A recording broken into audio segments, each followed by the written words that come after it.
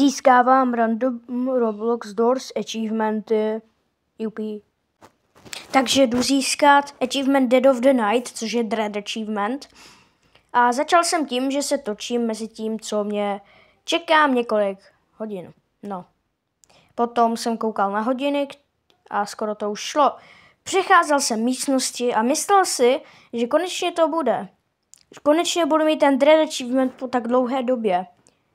No. Šel jsem. No, jak to říct? Šel jsem dál. A byl jsem ve roomce 13, když jsem si myslel, že tady bude Dread. Asi jste si všichni už všimli, že jsem to udělal na hovno, ale to já jsem ještě nevěděl. Mně to došlo až v tu dobu, tady. Já jsem si myslel, že Dread se respawnuje na roomce 15, takže jsem šel v klidu. A pak mě došlo, že já jsem něco udělal špatně.